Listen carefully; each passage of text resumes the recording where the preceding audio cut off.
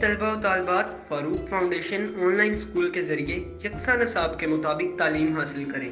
अगर हमारी वीडियोस पसंद आएँ तो चैनल को सब्सक्राइब करें और दोस्तों के साथ शेयर करें और बेल आइकन को लाजमी प्रेस करें ताकि आने वाली नई तालीमी वीडियोस आपको मिल सके।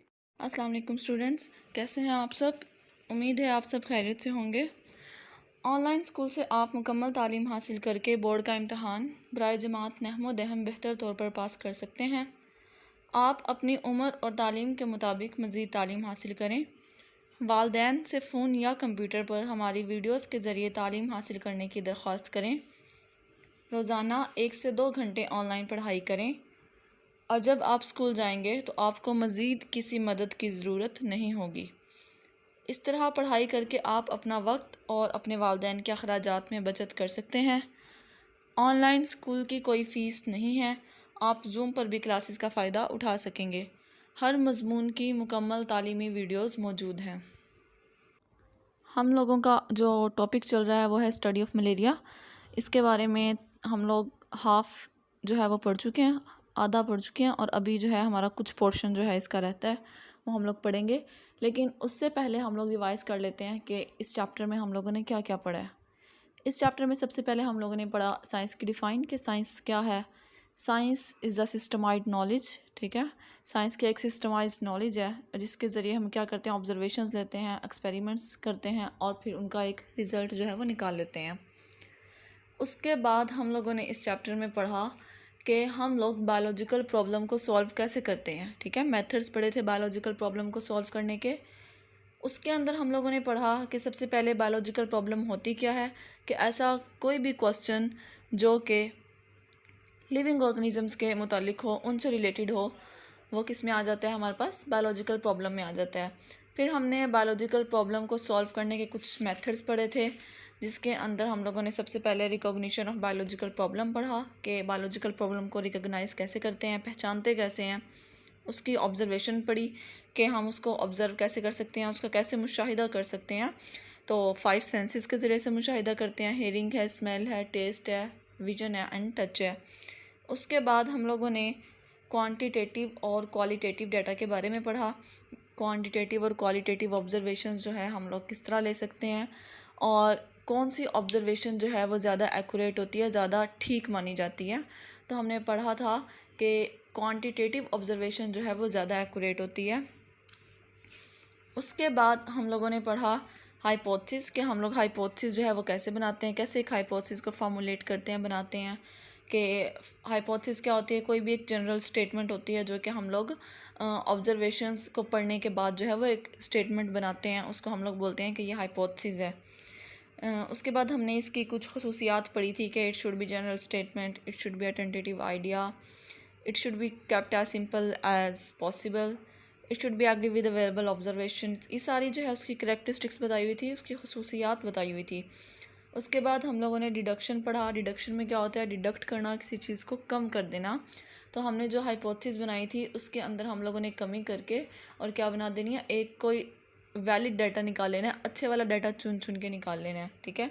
इसके अंदर हम लोगों ने जिस स्टेटमेंट का यूज़ करना था वो करना था इफ़ और देन का। इफ़ और देन लगा के हम लोगों ने स्टेटमेंट जो है वो बनानी थी और उस स्टेटमेंट को हमने बोलना था कि ये क्या है, डिडक्शन है।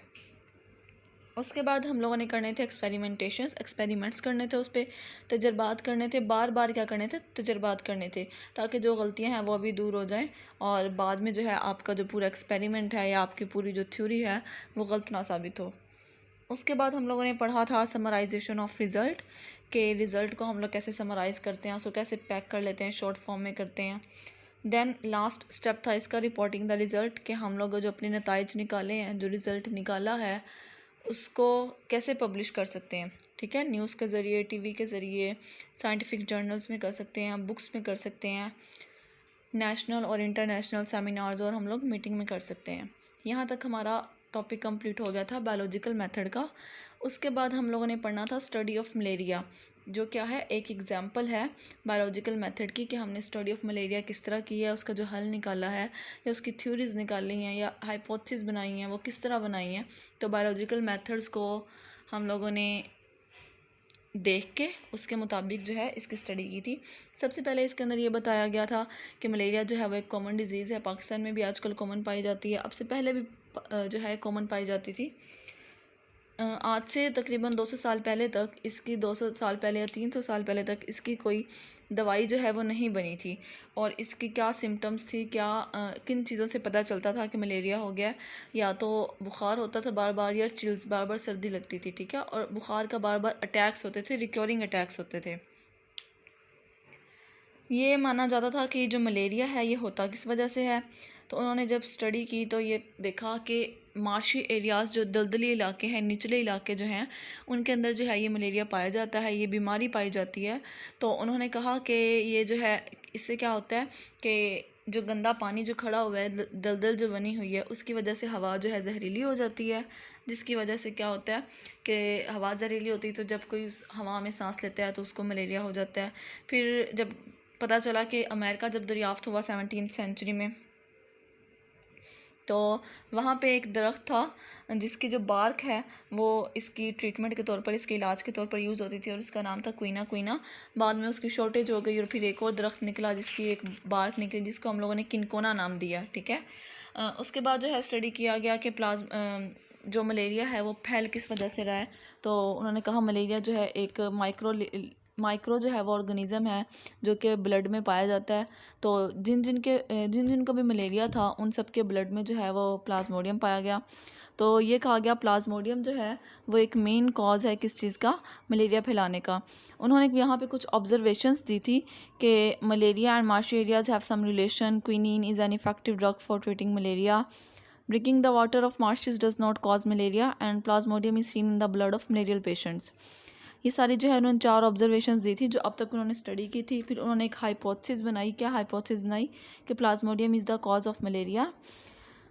उसके बाद उन्होंने एक्सपेरिमेंट्स किए और अब हमारा टॉपिक स्टार्ट होता है आज वाला, जो आज हम लोगों ने पढ़ना है। नेक्स्ट जो हमारे पास, हम लोग यहाँ से स्टार्ट करते हैं। Next biological problem was to learn about how plasmodium gets into the blood of man. अब अगला मसला उनका क्या था, ये तो पता चल गया था कि प्लाज्मोडियम जो है वो मलेरिया का काज बनता है। तो अब जो क्वेश्चन था वो ये था कि प्लाज्मोडियम जो है वो एक ह्यूमन के ब्लड में आता कहाँ से है, ये मेन क्वेश्चन था। Biologist were having following observations. Biologist ने क्या की, कुछ ऑब्जर्वेशंस नोट की। कौन कौन से observations? Malaria is associated with marshes. Malaria क्या है? मलेरिया का और दलदली इलाकों का, जहाँ पे पानी खड़ा रहता है, उन इलाकों का आपस में क्या है, कोई ताल्लुक है। Drinking water of marshes does not cause malaria. लेकिन उन दलदली इलाकों का पानी पीने से किसी को कोई मलेरिया नहीं हो रहा। उस गंदे पानी का और मलेरिया का आपस में कोई ना कोई ताल्लुक तो ज़रूर है, लेकिन अगर वो पानी भी पी लिया जाए तो क्या होगा, मलेरिया जो है नहीं होगा। ये 2 ऑब्जर्वेशन उन्होंने नोट की। From these observations, it can be concluded that plasmodium was not in the marsh water. तो उन्होंने इस observations जो नोट किए हैं उसके बाद उन्होंने क्या conclude का मतलब नतीजा निकाला। क्या नतीजा निकाला है कि प्लाज्मोडियम जो है वो मार्श वाटर में नहीं होता। मीन्स के जो दलदली इलाके हैं वहाँ पे जो पानी खड़ा हुआ है उनके अंदर प्लाज्मोडियम नहीं पाया जाता। But it must be carried by something that comes to marsh water. लेकिन ये ज़रूर उस चीज़ में पाया जाता है जो कि मार्श वाटर मीन्स के उस गंदे पानी से कोई चीज़ आ रही है, ठीक है। उस गंदे पानी से ज़रूर ऐसी कोई ना कोई चीज़ आ रही है जिसके अंदर क्या है, प्लाज्मोडियम जो है वो पाया जाता है। इन 1883 फिजिशियन A.F.A. किंग, ठीक है। अब ये क्या है, एक फिजिशियन था। एक फिजिशियन किसको बोलते हैं? डॉक्टर को, ठीक है। A.F.A. किंग उसका नाम था। उसने क्या किया, listed 20 observation, some imported observation of king were. उसने क्या किया, इसके मुतालिक तकरीबन 20 ऑब्जर्वेशन जो है उसने नोट की, और उनमें से कुछ इंपॉर्टेंट जो है वो ये वाली नीचे दी हुई हैं। 3 ऑब्जर्वेशन जो इंपॉर्टेंट हैं वो दी हुई हैं। People who slept outdoors were mostly likely to get malaria than those who slept indoor. Indoor जो कि घरों के अंदर सोते हैं या कमरे के अंदर सोते हैं, एंड आउटडोर जो कि घर से बाहर या खुली इलाकों में, खुली फ़िज़ा में सोते हैं। तो क्या नोट किया कि जो लोग खुली हवा में सोते हैं उन्हें मलेरिया ज़्यादा होता है बनिस्बत इसके कि जो लोग अंदर सोते हैं, ठीक है। People who slept under fine nets. Fine nets क्या, जालियाँ जो लगी होती हैं, जिस तरह मच्छरदानी जो होती है वो। People who slept under fine nets were less likely to get malaria than those who did not use such nets. जो लोग जो हैं वो मच्छरदानी या फिर वो जो नेट है उसको यूज़ कर रहे थे उनको मलेरिया बहुत कम हो रहा था, और जो लोग जो है वो नेट यूज़ नहीं कर रहे थे, बिल्कुल खुले में सो रहे थे, उनको क्या हो रहा था, मलेरिया ज़्यादा हो रहा था। Individuals who slept near a smoky fire usually did not gate malaria. ऐसे लोग जो कि धुएं के करीब सोते थे, ठीक है, ऐसी फ़िज़ा में सोते थे जहाँ पे धुआं था, उनको क्या होता था, मलेरिया बहुत कम होता था। क्यों ऐसा क्यों है? क्योंकि जब धुआं होता है तो वहाँ से मच्छर जो हैं वो सारे भाग जाते हैं, वहाँ पे मच्छर जो है वो नहीं पाए जाते। On the basis of these observations King suggested a hypothesis. अब क्या किया उसने, इतनी सारी ऑब्जर्वेशंस जो है उसने 20 ऑब्जर्वेशंस नोट की, उसके अंदर से 3 हम लोगों ने पढ़ भी ली हैं। उनकी बेस पे इसने क्या दी, एक हाइपोथेसिस दी। अब हाइपोथेसिस क्या है, मॉस्किटोज़, ठीक है, मच्छर जो होते हैं, मॉस्किटोज़ ट्रांसमिट कहते हैं मुंतकिल करना, ट्रांसमिट करते हैं plasmodium and so are involved in the spread of malaria, ठीक है, और वो क्या करते हैं, बीमारी फैला देते हैं मलेरिया को। अब उसने जी हाइपोथेसिस दे दी है, क्या हाइपोथेसिस दी है कि जो मच्छर जो हैं वो मलेरिया फैलाने का सबब बन रहे हैं, और जो प्लाज्मोडियम है वो पाया भी कहाँ जाता है, मच्छर के अंदर पाया जाता है, और ट्रांसमिट मुंतकिल भी कहाँ से होता है, उसी मच्छर से होता है। Following deductions were made considering the hypothesis as true, ठीक है। अब क्या किया, हाइपोथेसिस तो बना लिया, लेकिन अभी वो हाइपोथेसिस बिल्कुल सही साबित नहीं हुई, अभी तो उस पर डिडक्शंस भी होंगी, एक्सपेरिमेंट्स भी होंगे, तब जाके पता चलेगा कि यह जो थ्योरी, जो हाइपोथेसिस बनाई गई है, ये किसी काम की भी है या गलत साबित हो जाती है। Following deductions were made considering the hypothesis if mosquitoes are involved in the spread of malaria. अब क्या गया, इफ़, ठीक है, इफ़ का यूज़ हो गया। हम लोगों ने कहा था जहाँ भी डिडक्शन होगी, डिडक्शन जहाँ भी हम लोग करेंगे वहाँ इफ़ और देन का यूज़ करेंगे। तब वो कह रहे हैं कि अगर इफ़ मॉस्किटोज़, अगर मच्छर जो हैं वो मलेरिया फैलाने का सबब बन रहे हैं, देन प्लाज्मोडियम, ठीक है, अब देन भी आ गए, यहाँ पे हम लोगों ने यूज़ करने थे 2 लफ्ज़, इफ़ और देन भी आ गया ऊपर। Plasmodium should be present in the mosquitoes, then क्या है, अगर मच्छर ही मलेरिया फैला रहे हैं तो मच्छरों के अंदर क्या होना चाहिए, प्लाज्मोडियम होना चाहिए, क्योंकि उन्होंने पहले ये देखा था कि जिन जिन लोगों को भी मलेरिया हुआ उन सब के ब्लड में क्या था, प्लाज्मोडियम था। तो अब वो कह रहे हैं कि अगर प्लाज्मोडियम, मलेरिया जो है वो बीमारी फैला रहा है, मलेरिया कर रहा है, तो फिर मॉस्किटो जो है उसके अंदर प्लाज्मोडियम पाया जाना चाहिए।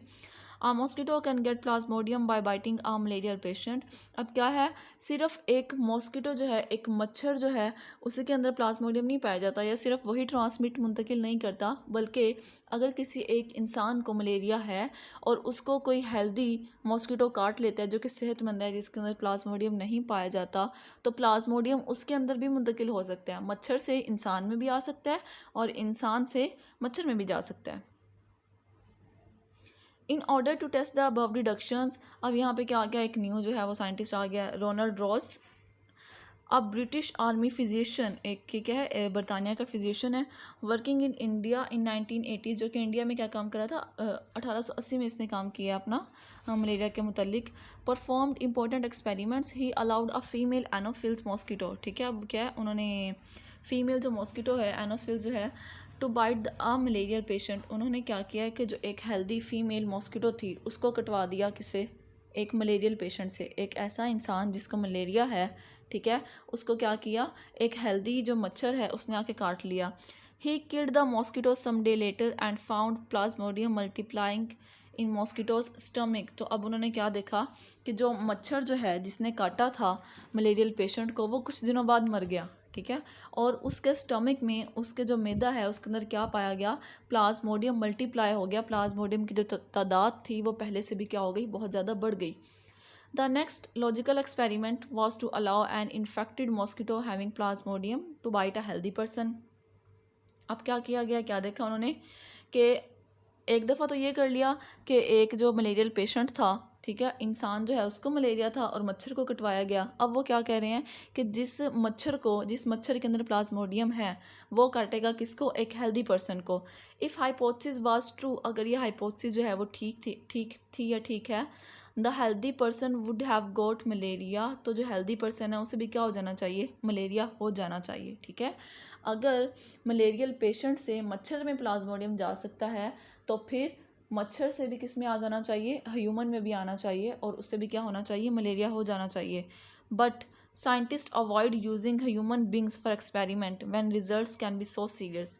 लेकिन क्या है, जो साइंटिस्ट है वो ह्यूमंस को इंसानों पे तजर्बात नहीं कर सकते थे। क्यों? क्योंकि नतीजा जो है वो बहुत ज़्यादा सख्त भी आ सकता था, इंसान जो है वो मर भी सकता था। रोज़ यूज्ड स्पैरोज़। अब रोज़ ने क्या किया, उसने स्पैरोज़ का इस्तेमाल किया, चिड़िया का इस्तेमाल किया। And redesigned his experiment. और उसने क्या किया, अपने एक्सपेरिमेंट को दोबारा स्टार्ट किया। जहाँ पे उसने इंसान का इस्तेमाल करना था, अब वो किसका करेगा, स्पैरो का करेगा। He allowed a female culex mosquito.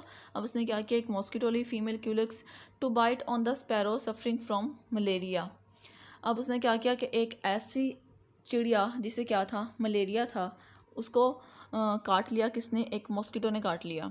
Some of the mosquitoes were killed and studied at various time. उनमें से क्या किया, जिन जिन मच्छर ने भी उस स्पैरो को काटा था, बाइट किया था, जिसे मलेरिया था, तो वो क्या हुए, मर गए। Ross found that plasmodium multiplied in the wall of mosquito stomach. अब रोज़ ने क्या देखा कि जो प्लाज्मोडियम है वो कहाँ जाके मल्टीप्लाई हो रहा है, आगे तकसीम, आगे बढ़ किस चीज़ में रहा है, मॉस्किटो के स्टमक में। ठीक है, मॉस्किटो का जो स्टमक है, मैदा है, वहाँ पे जाके क्या हो रहा है, प्लाज्मोडियम जो है मल्टीप्लाई हो रहा है, अपनी तादाद बढ़ा रहा है। And then moved into mosquito salivary gland. और फिर क्या हो रहा है, जब उसकी तादाद बढ़ जाती है तो उसके मुंह में जो स्लाइवरी ग्लैंड है, जो स्लाइवा पाया जाता है, जो पानी वाला मटेरियल, एक पानी सा मटेरियल होता है, उसको स्लाइवा बोलते हैं, इंसानों के मुंह में भी पाया जाता है। वो मटेरियल जो है वहाँ तक क्या है, जो प्लाज्मोडियम है वो आ जाता है। He kept some mosquitoes alive and allowed them to bite healthy sparrows. अब उसने क्या किया, उनमें से जो कुछ मॉस्किटोज़ हैं जिनको मलेरिया था, उनको ज़िंदा रखवाया और क्या किया, उनको बाइट करवा दिया हेल्दी स्पैरो को। मतलब अब क्या हो रहा है, अब उल्टा चक्कर चल रहा है। उल्टा चक्कर कैसे चल रहा है कि पहले जो है स्पैरो को काटा था किसने, एक फ़ीमेल मॉस्किटो ने। अब क्या हो रहा है कि अब जो मॉस्किटो है वो किसको काट रहा है, हेल्दी स्पैरो को काट रहा है। ठीक है, जो कि हेल्दी है, उसके अंदर कोई मलेरिया नहीं पाया जा रहा।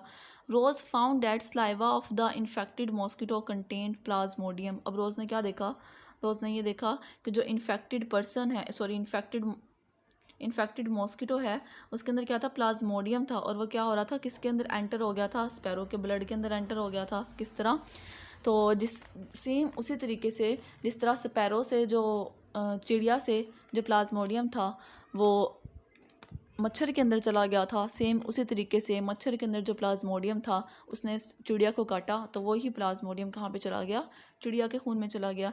When he examined the blood of this previously healthy sparrows he found many plasmodia in it. अब क्या किया उसने, जब हेल्दी स्पैरो को स्टडी किया, उसको देखा, तो उसके ब्लड में उसके बहुत ज़्यादा प्लाज्मोडिया नज़र आए। प्लाज्मोडियम एक और प्लाज्मोडिया एक से ज़्यादा, प्लाज्मोडियम बहुत ज़्यादा हुए से क्या हुए, नज़र आए उसके अंदर। मतलब कि जो प्लाज्मोडियम जो है अब ट्रांसमिट हो गया है किससे, मच्छर से चिड़िया के अंदर। In the end the hypothesis was tested by direct experimentation on human beings. अब ये क्या कर रहे हैं, अब वो एक्सपेरिमेंट किस पे करेंगे, ह्यूमन बींग्स पे करेंगे। पहले जो उन्होंने एक्सपेरिमेंट किया था वो तो मच्छर और चिड़िया का किया था, अब वो क्या कर रहे हैं, अब वो इंसान को लेंगे, इंसान पे एक्सपेरिमेंट करेंगे।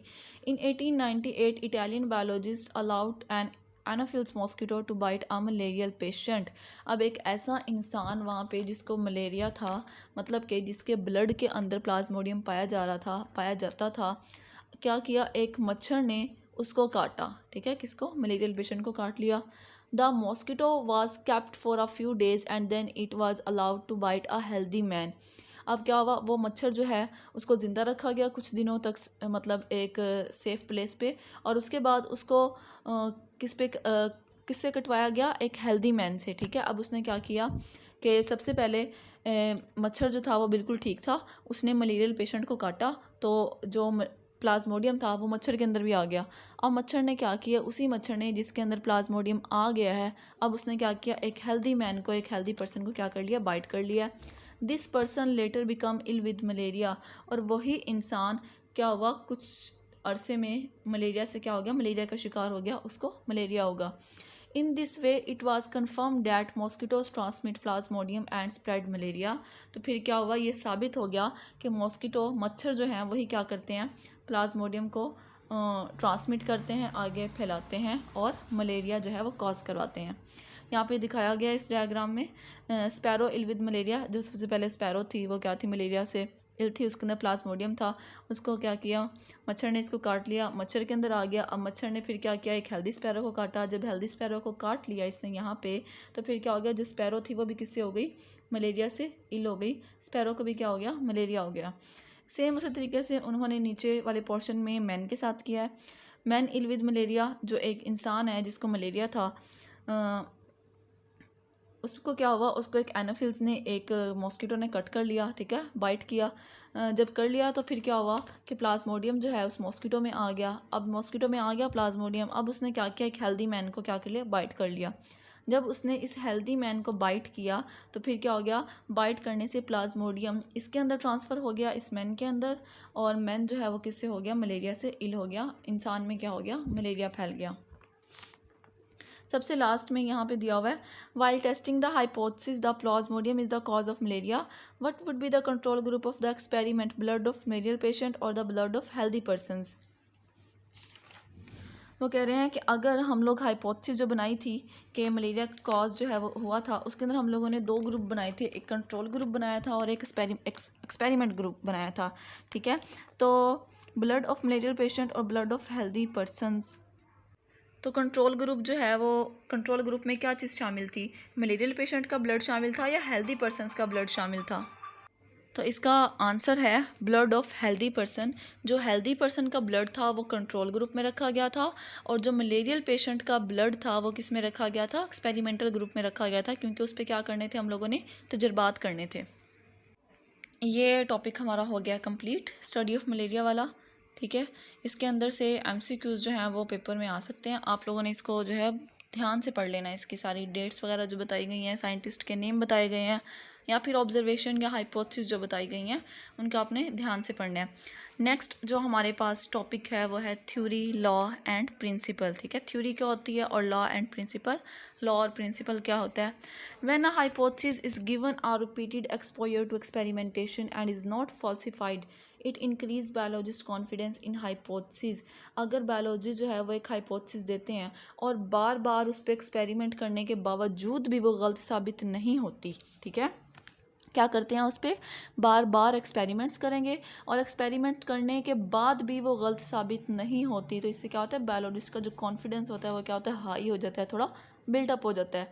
सच well supported hypothesis may be used as a basic of formulating further hypothesis which are again proved by experimental results. तो वो जो हाइपोथेसिस बनाई जाती है उससे क्या हो सकता है, आगे न्यू हाइपोथेसिस बन सकती हैं, ठीक है, और वो क्या हो सकती है, एक्सपेरिमेंट से उसके रिजल्ट्स हैं वो क्या आ सकते हैं, प्रूव्ड, मतलब साबित कर सकते हैं किस चीज़ को, एक थ्योरी को, एक सही बात को। क्यों साबित कर सकते हैं, क्योंकि इस हाइपोथेसिस पे बार बार टेस्ट करने के बावजूद भी अगर रिजल्ट वही आ रहा है, इसका मतलब क्या है कि वो हाइपोथेसिस जो है वो ठीक बनाई गई है। आगे जो है ये हाइपोथेसिस की डिफाइन दी गई है यहाँ पे, the hypothesis that stand the test of time. ऐसी हाइपोथेसिस जो कि बार बार टेस्ट करने के बावजूद जो है बिल्कुल ठीक रहे, often tested and never rejected, ठीक है, बार बार टेस्ट की जाए एंड नेवर रिजेक्टेड, और कभी भी क्या हो, गलत साबित ना हो, आर कॉल्ड थ्योरीज। उनको क्या बोल देते हैं हम लोग, थ्योरीज बोलते हैं। ऐसी हाइपोथेसिस जो कि बार बार टेस्ट करने के बावजूद भी गलत साबित ना हो, उसको हम लोग क्या बोलेंगे, ये क्या है, थ्योरीज हैं। A theory is supported by great deal of evidence, ठीक है, जो थ्योरी है उसको क्या स्पॉट करते हैं, ग्रेट डील ऑफ एविडेंस। वहाँ पे बार बार उस पर जब एक्सपेरिमेंट्स किए जाते हैं तो वहाँ पे उनके पास एक एविडेंस मौजूद होते हैं, सबूत मौजूद होते हैं कि वो बता सकते हैं कि भाई हमने इसको इतनी दफ़ा जो है इस पे तजर्बात किए हैं, लेकिन ये जो है गलत साबित नहीं हुई। Productive theory keeps on suggesting new hypothesis. अब प्रोडक्टिव थ्योरी क्या होती है, ठीक है, प्रोडक्टिव थ्योरी ऐसे थ्योरी को कहते हैं कि जिस थ्योरी के ज़रिए आगे बहुत सारी हाइपोथेसिस जो हैं वो जनरेट हो सके, एक ऐसी थ्योरी बन जाए जिस पे साइंटिस्ट जो हैं वो काम करते जाएं और नए से नई चीज़ दरियाफ्त करते जाएं और नई से नई हाइपोथेसिस जो हैं वो बनाते जाएं। Many biologist take it as a challenge and exert greater efforts to disapprove the theory. और साइंटिस्ट क्या हो, बहुत सारे बायोलॉजिस्ट क्या करें, इसको चैलेंज करें कि हम लोग इसको गलत साबित करेंगे और उसको गलत साबित करने की कोशिश भी करें, लेकिन वो गलत साबित ना हो। इफ़ अ थ्योरी सर्वाइव सच, अब यहाँ पे क्या है, ये लॉ और प्रिंसिपल की डिफाइन आ रही है, इसको ध्यान से देख लें। If a theory if a theory survives का मतलब है बच के रहती है, मीन्स के जिंदा रहती है। सच डाउटफुल शक को बोलते हैं। Doubtful approaches and continues to be spotted by experimental evidence, it becomes a law और प्रिंसिपल। हाइपोथेसिस पे बार बार जब टेस्ट किए जाएंगे तो वो क्या बन जाएगी, थ्योरी बन जाएगी। और जब थ्योरीज पे भी बार बार टेस्ट किए जाएंगे और किसी को भी चैलेंज कर दिया जाए कि भाई इस थ्योरी को गलत साबित कर दें, और वो थ्योरी पूरी दुनिया में से कोई भी इंसान गलत साबित ना कर सके, तो वो क्या बन जाती है, लॉ बन जाती है और एक प्रिंसिपल बन जाती है। A scientific law is a uniform और कॉन्स्टेंट फैक्ट ऑफ नेचर। एक साइंटिफिक लॉ होता है एक यूनिफॉर्म और कॉन्स्टेंट फैक्ट ऑफ नेचर बन जाता है, ठीक है, कि उसको कोई झुटला नहीं सकता, कोई भी उसको गलत साबित नहीं कर सकता। इट इज़ एन इररिफ्यूटेबल थ्योरी, इररिफ्यूटेबल जिसको झुटलाया ना जा सके, ठीक है, वो ऐसी थ्योरी बन जाती है जिसको कोई भी झुटला नहीं सकता। अब एग्जाम्पल क्या है लॉज की, हार्डी-वेनबर्ग लॉ और मेंडल्स लॉ ऑफ इनहेरिटेंस, ये दोनों जो है एग्जाम्पल्स हैं, मिसाल हैं। ये एज अ शॉर्ट क्वेश्चन जो है पेपर में आपसे पूछा जा सकता है कि किसी भी दो लॉज के नाम बताएं, तो हार्डी-वेनबर्ग लॉ और मेंडल्स लॉ ऑफ इनहेरिटेंस जो है वो दोनों क्या है हमारे पास एग्जाम्पल हैं लॉज की। नेक्स्ट है यहाँ पे एक आपको डायग्राम से बनी नज़र आ रही, स्केच बना नज़र आ रहा है, उसको हम लोग देख लेते हैं। सबसे ऊपर यहाँ पे बताया गया बायोलॉजिकल प्रॉब्लम, ठीक है। यहाँ पे नीचे ऑब्जर्वेशंस के बारे में बताया गया, क्या बताया गया, focus your senses and use your brain but just observe don't try to explain. यहाँ पे क्या किया जाता है, अपने दिमाग का इस्तेमाल किया जाता है और क्या किया जाता है, ऑब्जर्व किया जाता है, चीज़ों को नोट किया जाता है, ये ऑब्जर्वेशंस में आ जाता है। उसके बाद हाइपोथेसिस में क्या है, think of an answer that might make a sense. एक ऐसा कोई आंसर बना लें, एक ऐसी कोई स्टेटमेंट बना लें जिसकी कोई सेंस बनती हो, ठीक है, जिसका कोई बोलने का बन रहा हो कि हाँ ये ठीक जो है, आगे इस पर एक्सपेरिमेंट किए जा सकते हैं, इसका रिजल्ट जो है वो निकल सकता है। Deductions, don't make conclusions but use if then and plan experiment. Deductions में क्या होगा, इफ़ और देन का यूज़ होगा और आगे हम लोग क्या करेंगे, एक्सपेरिमेंट्स उन पे करेंगे। एक्सपेरिमेंट्स में दो तरह के आ जाते हैं, एक्सपेरिमेंटल ग्रुप और कंट्रोल ग्रुप, ठीक है। एक्सपेरिमेंट्स के बाद क्या किया जाता है, डाटा ऑर्गेनाइज किया जाता है, डाटा को एनालिसिस किया जाता है, एनालिसिस मीन उसका तज्जिया किया जाता है और फिर रिजल्ट को समराइज़ किया जाता है, शॉर्ट फॉर्म में ले आते हैं। अगर यहाँ पे लिखा हुआ इफ़ नॉट प्रूव्ड, अगर यहाँ पे आके रिज़ल्ट जो है वो ठीक नहीं निकलते, इसका मतलब है ऊपर कहीं ना कहीं गलती है और आपको दोबारा से यहाँ पे कहाँ आना पड़ता है, ऑब्जर्वेशंस पे आना पड़ता है। अगर इफ़ प्रूव्ड, अगर वो सही साबित हो जाती है, रिपोर्टिंग ऑफ रिज़ल्ट, फिर रिज़ल्ट को रिपोर्ट कर दिया जाता है सेमिनार्स में, डिस्कशंस में, ठीक है, फिर वो थ्योरी बनती है एंड देन लॉ और प्रिंसिपल सबसे लास्ट में। उम्मीद है आप सबको ये समझ आई होगी। थैंक यू, अल्लाह हाफिज़।